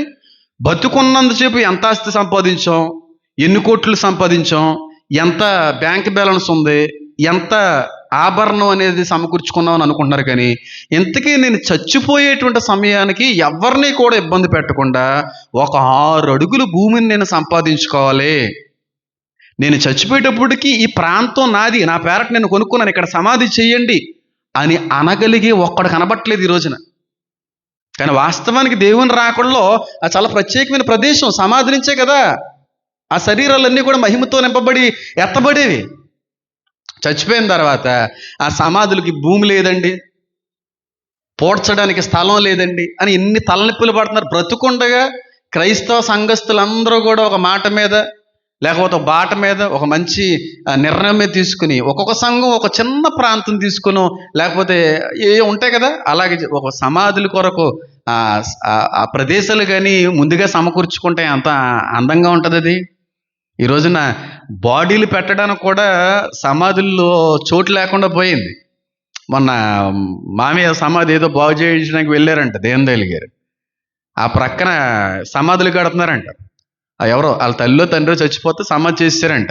బతుకున్న కొడుకు పక్కన ఆల్రెడీ ఈయనకు కూడా సమాధి పెట్టేసుకున్నాడు. రేపు నేను చచ్చిపోతే మళ్ళీ ఇక్కడ నన్ను పెట్టినవరండి అని చెప్పి ముందుగా బతుకుండగానే సమాధి ప్లేస్ అంతా కొనుక్కొని పెట్టుకున్నాడంట. అమ్మమ్మ గారు ఆ విధంగా బ్రతుకుండగానే శవపీటికి చేయించుకుని మిద్దె మీద పెట్టుకుంది. ఎంత సిద్ధపాటు కలిగి ఉందో ఒకసారి ఆలోచించేయండి. ఎవరిని ఇబ్బంది పెట్టకూడదనే ఆలోచన, ఎంతో మొత్తం ఇచ్చి చచ్చిపోయిన తర్వాత ఎవరి రూపాయి కూడా నాకు ఖర్చు పెట్టడానికి వీలు లేదు, నా డబ్బుతో ఇది చెయ్యాలి అనేటువంటి ఒక ఆలోచన విధానంలో వెళ్ళే వ్యక్తి. అలాగే చేశారు, చాలా ఆడంబరంగా చేశారంట. అలాంటి వాళ్ళు ఆత్మలో ఎదిగిన వాళ్ళు అందరూ ఈ విధంగా ఉండకపోవచ్చు. సేమ్ అదే సాక్ష్యం నేను సంఘంలో ఒక అమ్మమ్మ గారు జీవితంలో కూడా చూశాను. బ్రతుకుండగా నాకు ఒక ఇంత డబ్బు ఉంది, నా డబ్బుతోనే చేయండి, నా డబ్బుతోనే భోజనాలు పెట్టండి. ఎంత అందంగా ఉంటుంది అది. సిద్ధపాటు. బ్రతుకుండగా శవపీటికి ఇంట్లో పెట్టుకున్నటువంటి వ్యక్తి. వాళ్ళకి మరణ భయం ఉండదండి, చావు ఉంటే భయం ఉండదండి. మరణం ఎప్పుడు వస్తుందని చెప్పి 1000 కళతో ఎదురు చూసేటువంటి వ్యక్తులే ఉంటారు. ఎవరో తెలుసా? సిద్ధపాటు కలిగి ఉన్న వ్యక్తి. సిద్ధపాటు అనేది దేవుని రాకడ కాదు, దేవుని పిలుపు. ఈ రాత్రికి క్షణానికి కానీ వస్తే నేను ఆయన్ని ఎదుర్కోగలనా, నేను రెడీగా ఉన్నానా లేదా? అనేటువంటి ఒక ప్రశ్న కానీ మీరు వేసుకోగలిగితే మీరు ఎత్తబడే గుంపులో ఉంటారో లేదో అక్కడ అర్థమైపోతుంది. ప్రకాష్ గంట్లే గారు తెలుసు కదా, ప్రకాష్ గంట్లే గారు మన దగ్గరికి వచ్చి రావడం జరిగింది. నా చేతితో ఆయనకి భోజనం వడ్డించాను. ఆయన వచ్చే ముందు కూడా, వచ్చి 2 రోజుల ముందు నుంచి కూడా నాతో ఫోన్లో కాంటాక్ట్లోనే ఉన్నారు అయ్యగారు. ఆయన అన్నీ తినరు, అయినా సరే తినకపోతే నాకు కుదరదండి, తినాలి, మీకు ఏమి ఇష్టం నాకు చెప్పండి, చెప్తారా లేదంటే నాకు అవి ఇష్టం హేమన్, ఇవి ఇష్టం హేమన్ అని చెప్పి పచ్చిరొయ్యలు కూడా ఇష్టం అంటే పచ్చిరొయ్యలు అన్నీ కూడా చెప్పించాను. రకరకాలుగా నా చేతి ఏ పాస్ట్ వచ్చినా నా చేతితోనే వడ్డిస్తాను. మీ అందరికీ తెలిసిందే, మీకు కూడా ఛాన్స్ ఇవ్వను. అయితే ఆయనకి వడ్డిస్తున్నప్పుడు ఇప్పుడు తింటున్నాను కానీ తినకూడదు హేమన్, ఇది ప్రాన్ ఎక్కువ తినకూడదు, మీరు కూడా తినకండి, మంచిది కాదు ఇది అని చెప్పి కొన్ని ఆరోగ్య సూక్తులన్నీ కూడా ఇచ్చారు. గొప్ప దైవజనుడు, గొప్ప సేవకుడు, ఆత్మపూర్ణుడై ఉన్నవాడు, స్వచ్ఛమైనటువంటి సేవ జీవితాన్ని జరిగించినటువంటి నిష్కలంకమైనటువంటి ఒక వ్యక్తిగా కట్టబడిన వ్యక్తి. అలాంటి దైవజనులు ఎప్పుడన్నా చూస్తే నాకు పరిచయం అయినా సరే నేను అడిగే మాట ఏదన్నా ఉందంటే, ఇప్పుడైతే మీరు బాగానే ఉన్నారండి, రేపు రోజున మీకు వయసు పెరిగిన తర్వాత మంచాన పడతారు, ఇలాగే మాట్లాడతాను నేను. మంచి సేవకులు, అస్సలు సిస్సలైనటువంటి సేవకులు ఎదురుపడితే నేను వాళ్ళతో మాట్లాడే ఏకైక మాట ఇదే. ఇప్పటికి నేను ఇద్దరితో మాట్లాడాను, అదే మాట మాట్లాడాను. ఒక ఆయన ఏమో నవ్వుకున్నారు, ఇలా భుజం మీద చేసి గాడ్ బ్లెస్ యూ అన్నారు. ప్రకాష్ గంట్లే గారిని కూడా అదే మాట మాట్లాడితే ఆయన అన్న మాట ఏంటి చెప్తాను. ఆయన ఏమని అన్నానంటే, సార్ మీరు వాక్యం చాలా బాగా ప్రకటిస్తుంటారు, చాలా అద్భుతమైనటువంటి రీతిలో మీరు వాడబడరు, బాగానే ఉంది. రేపు రోజున దేవుడు రాకడ ఆలస్యమైతే, మీకు వయసు పెరిగితే, ఖచ్చితంగా వయసు పెరిగిన తర్వాత ఎవరైనా సరే మంచాన్న పడాలి కదా సార్, మన పని మనం చేసుకునే అవకాశం కూడా ఉండదు కదా సార్. అలాంటి రోజులు ఏమన్నా మీ జీవితంలో ఎదురైతే 10 రోజులు మీకు సేవ చేసుకోవడానికి మాత్రం నాకు పిలిపివ్వండి. ఇలాగే మాట్లాడాను. ఒకవేళ ఎప్పుడైనా మీరు వృద్ధాప్య దశకు వచ్చి బలహీనులయ్యి మంచం మీద నుంచి లేచే అవకాశం కూడా లేని రోజున, చాలామంది ఉంటారు మీకు సేవ చేసేవాళ్ళు, కానీ ఒక సేవకుడు నన్ను అడిగాడు ఈ మాట అని చెప్పి గుర్తు చేసుకోండి, మీలాంటి వాళ్ళకి పరిచయం చేయడం చాలా ధన్యత, చాలా దీవెన అంటే భుజం తట్టి హేమన్ గాడ్ బ్లెస్ యూ అని ఇంకో మాట కూడా అన్నారు, నేను చెప్పను అనుకోండి, గొప్ప చేసుకున్నట్టు ఉంటుంది. ఆయన అన్నారు, హేమన్ నాకు కదా హేమన్, నిన్న కన్న నీ తల్లికి చేయి. నాకు కదా హేమన్, నిన్న కన్న నీ తల్లికి చేయి, పరలోకంలో నీ ఫలం అధికమవుతుంది హేమన్, తల్లిదండ్రులకి చేయండి హేమన్, చూస్తానులే అన్నాడంతే. ఆయనకి సేవ చేస్తాను అంటే కాళ్ళు రగరేసుకుని, మరి నేనేమనుకుంటున్నావు, చిన్న చితక సేవకున్నాను ఏమన్నా, అలాగే నేను గుర్తు చేసుకుంటానులే అనలేదు. మీ పేరెంట్స్ యేసుక్రీస్తు ప్రభు అదే కదా అన్నారు. ఏమన్నారు యోహాన్తో? అదిగో నీ తల్లి, అదిగో నీ కుమారుడు, నీ తల్లికి చేయమన్, పరలోకంలో నీ ఆస్తి డబల్ అవుతుంది. వృద్ధాప్యంలోకి చేరినటువంటి తల్లిదండ్రులకు పరిచయం చేయమన్, నాకు చేసిన దానికంటే ఎక్కువ దీవించబడతావు. ఆఖరిగా అన్న ఏకైక మాట అదే. ఆయన ఎప్పటికైనా గుర్తొచ్చిన ప్రతిసారి, August 15th ఆయన చనిపోయారు, మనం ఆల్నైట్ ప్రేయర్లో ఉన్నాం. చాలా బాధేస్తూ ఉంటుంది. ఇప్పటికీ ఆయన ఫోన్ నెంబర్ నుంచి స్టేటస్లు వస్తూనే ఉంటాయి. వాళ్ళ మిస్సెస్ గారు దాన్ని మెయింటైన్ చేస్తున్నారు అనుకుంటాను, ఛానల్ని, నెంబర్ని. చాలా బాధేస్తుంటుంది. నిక్కచ్చైన సరైనటువంటి సేవకుడు, ఆయన ద్వారాగా ఖండించబడినటువంటి సేవకురాండ్రు కనీసం స్పందించలేదని చచ్చిపోతే. ఎందుకంటే హర్ట్ అయ్యారు ఆయన మాటలకి, కనీస సానుభూతి కూడా ప్రకటించలేదు. ఎందుకంటే ఒకానొక సందర్భంలో, సమయంలో ఈ సేవకుడిని బట్టి గద్దించబడినటువంటి సేవకురాండ్రు వాళ్ళు ఇప్పటికీ కూడా ఇంత కూడా స్పందించలేదు అనకూడదు. కానీ ఒక సాటి తోటి సేవకుడు ప్రభువునందు నిర్దేశిస్తే కనీసం కెమెరా ముందు 2 నిమిషాల సానుభూతి, ఆదరణకరమైన మాటలు మాట్లాడడానికి కూడా వాళ్ళ మనసు అంగీకరించలేదంటే ఆయన మీద ఎంత కోపం, ద్వేషంతో ఇంకా వాళ్ళు నింపబడి ఉన్నారో. ప్రభువా ప్రభువా అని పిలిచి ప్రతి ఒక్కడో పరలోక రాజ్యానికి చేరడం అన్నది వీళ్ళని ఉద్దేశించే. సరైన సేవకులు, ఉన్నది ఉన్నట్టుగా మాట్లాడేటువంటి సేవకుడైన. అంతవరకు ఎందుకండి, నన్ను కూడా ఖండించాడైన, నన్ను కూడా గద్దించాడైన. ఆయన మీద అప్పుడు నాకు ప్రేమ పెరిగిందే కానీ కోపం పెరగలేదు. ఆశ్చర్యపడ్డాడు ఆ వ్యక్తి. వచ్చిన ప్రతిసారి కలుస్తాను నిన్న. అప్పుడు నేను అడిగాను, సార్ మీతో నాకు చిన్న పని ఉంది, చిన్న ఇంటర్వ్యూ ప్లాన్ చేస్తానంటే, నేను రావడంతో మెసేజ్ చేస్తాను హేమ, మనిద్దరం కలిసి చేద్దాం. ఇన్ని మాట్లాడారంటే ఆయన మాట్లాడారు. ఇంక మళ్ళీ నేను ఆయనతో మాట్లాడను అని అనుకున్నట్టున్నాడు ఆయన. కానీ నేనే ఫోన్ చేసి తిరిగి ఎంతో ప్రేమగా మాట్లాడితే ఆయన ఆశ్చర్యపడ్డాడు ఆ అనుభవాన్ని బట్టి. ఎందుకంటే సువార్త కూడుకునేటువంటిది మనం భారంతో పెడతా ఉంటాం, డబ్బులు ఆశించి అయితే కాదు, బయట ఏర్పాటు చేస్తూ ఉంటాం. మరి ఆయనకి ఇలాంటివి చాలా చూసి ఉండొచ్చు కదా, ఎవరైనా ఏదైనా చెప్పు ఉండొచ్చు కదా. కూడుకులు పెడితే ఏమీ రాదో, మీరు ఇలా అందరికీ సువార్త ప్రకటించాలని చెప్పి వాక్యం చెప్పడం అంతా కూడా పర్సనల్గా కూడా ఆయన మాట్లాడి, నేను అది చాలా పాజిటివ్గా తీసుకున్నాను. గొప్ప సేవకుడు. ఆ సేవకుడు ఆగస్ట్ 14వ తారీఖున బెడ్ మీద ఉన్నాడు ఆయన. ఆగస్టు 15వ తారీఖు 11:30కి ఆయన చనిపోయారు.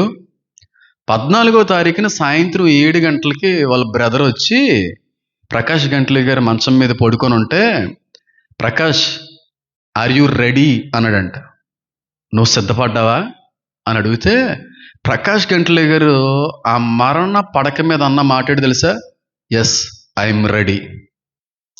ఏంటి, కొంత చేపట్లో చనిపోబోతున్నాను అనేటువంటి వ్యక్తిని మరొక వ్యక్తి ప్రశ్నిస్తే నువ్వు సిద్ధపడ్డావా లేదా అంటే, ఆ వ్యక్తి అన్నం ఏంటాడు తెలుసా, కళ్ళంటే నీళ్ళు పెట్టుకోలేదు, ఏడలేదు, నేను రెడీగా ఉన్నాను.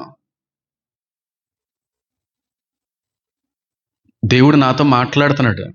Heaven is waiting for you Prakash అంటున్నాడు దేవుడు. అదే సిద్ధపాటు అంటే.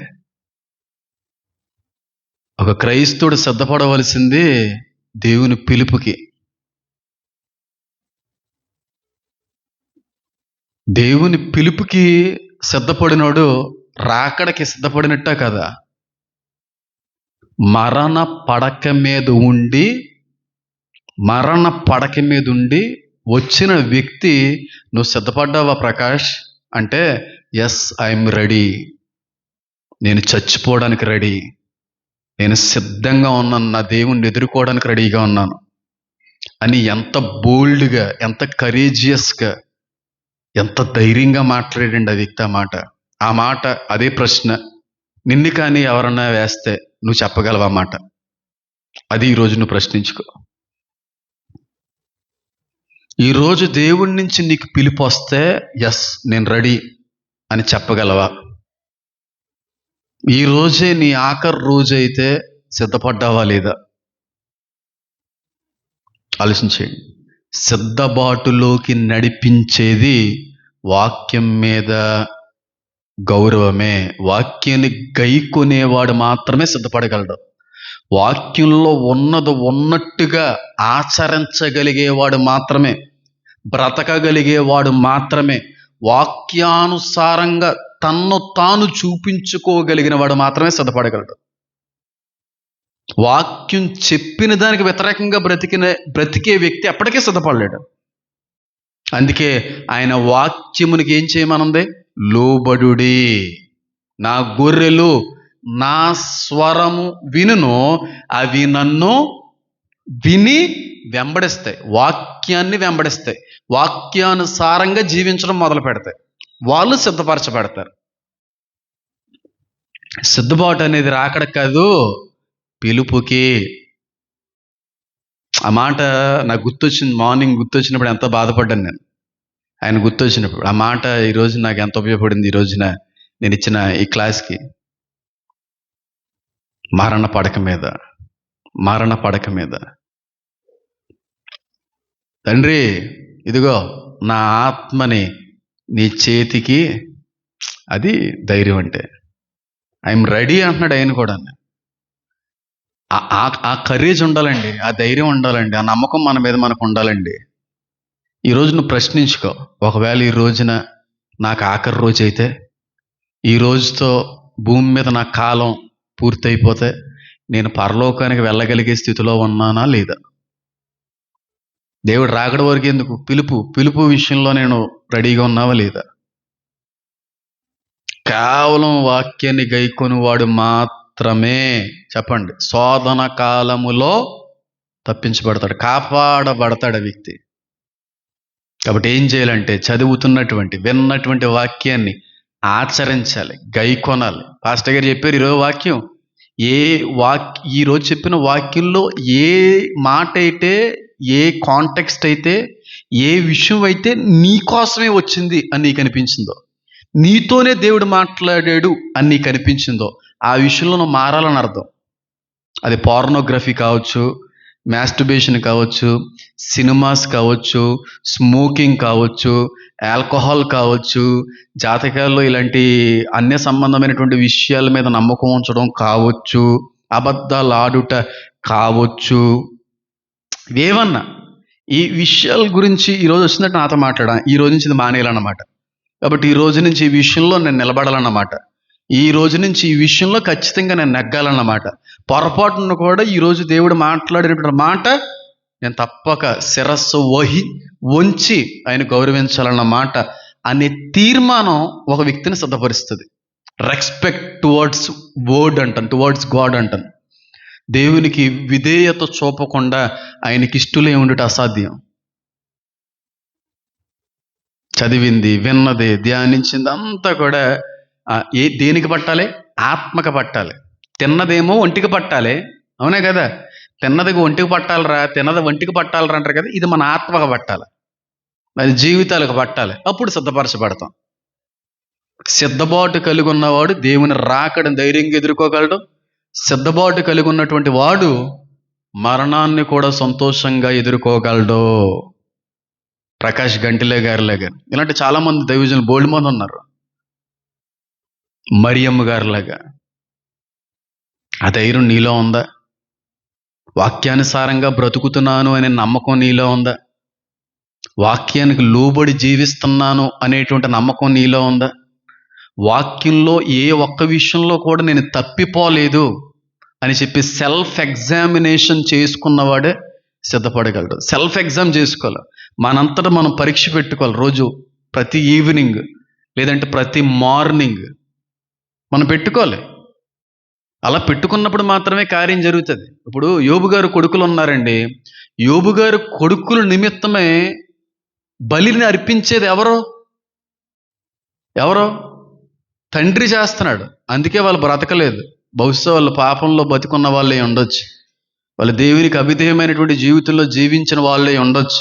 అందుకే వాళ్ళ పక్షమున ఈయన బలిస్తూ ఉండేవాడు రోజు కూడా. వాళ్ళు ఇల్లు కాదు, మనం చేసుకోవాలి, మనం సెల్ఫ్ ఎగ్జామిన్ చేసుకోవాలి. ప్రతిరోజు రాత్రి పడుకునే ముందు ఈ రోజున నేను చేసిన తప్పులు ఏమేమి ఉన్నాయి, ఈ రోజున దేవుడికి ఏమన్నా వ్యతిరేకంగా ఏ విషయంలో అయినా నడిచేనా, ఏదైనా దేవునికి వ్యతిరేకమైనది ఏదన్నా చేశానా. ఒకసారి ఈవినింగ్ పడుకునే ముందు ఒక 2-3 వస్తాయి కదా, ఈ 2-3లో దీన్ని జయించాలి, రేపు నుంచి చేయకూడదు. రెండోది, రేపటి నుంచి దీని పొరపాటును కూడా ముట్టకూడదు. మూడోది, రేపటి నుంచి నా జీవితంలో ఇది కనబడకూడదు. ప్రతిరోజు రాత్రి పడుకునే ముందు ఒక అరగంట ముందు నేను ఇచ్చే సలహా ఇది. ప్రతిరోజు రాత్రి పడుకునే అరగంట ముందు చిన్న ప్రార్థన చేసుకుని కూర్చొని ఈ రోజున దేవునికి వాక్యానికి వ్యతిరేకంగా ఏమన్నా మాట్లాడానా, దుర్భాష ఏమన్నా మాట్లాడానా, చేయకుండా పని ఏదన్నా చేశానా, చూడకూడదు ఏదన్నా చూసానా, ముట్టకూడదు ఏదన్నా ముట్టానా, వాక్యానికి వ్యతిరేకమైనది ఏదన్నా జరిగించానా అని 2 నిమిషాలు కానీ నిన్ను నువ్వు పరీక్షించుకుంటే నీలో ఉన్న పరిశుద్ధాత్ముడు 10 బయటకు ఆడతాడు. 10 అవును కదా, ఇది మాట్లాడేశానే, బూతు నిజమే కదా, కోపంలో మాట్లాడేశాను, అయిపో మనస్ఫూర్తిగా ప్రార్థన చేయలేదు, వాక్యం చదవడం మర్చిపోయాను కదా, ఇవన్నీ గుర్తొస్తాయి కదా. ఇప్పుడు రేపటి నుంచి వీటిని జయించే పనిలో నువ్వు పడాలి. 2వ రోజు, 3వ రోజు, 4వ రోజు, 5వ రోజు, వారం రోజులకి ఇంచుమించుగా 10లో 9 పోతాయి. ఒక్కటి మాత్రం కనబడిపోతుంది, ఇది మాత్రం జయించలేకపోతున్నావు, అదే టీవీ. పర్లేదు, ఏం పర్లేదు, నెల టైం తీసుకో, 2 నెలల టైం తీసుకో, కాదంటే 3 నెలల టైం తీసుకో, కానీ ఖచ్చితంగా దాని మీద జయాన్ని పొందిన తర్వాత నీ మీద నీకు నమ్మకం వచ్చిన తర్వాత అప్పుడు మళ్ళీ పరీక్షించుకో.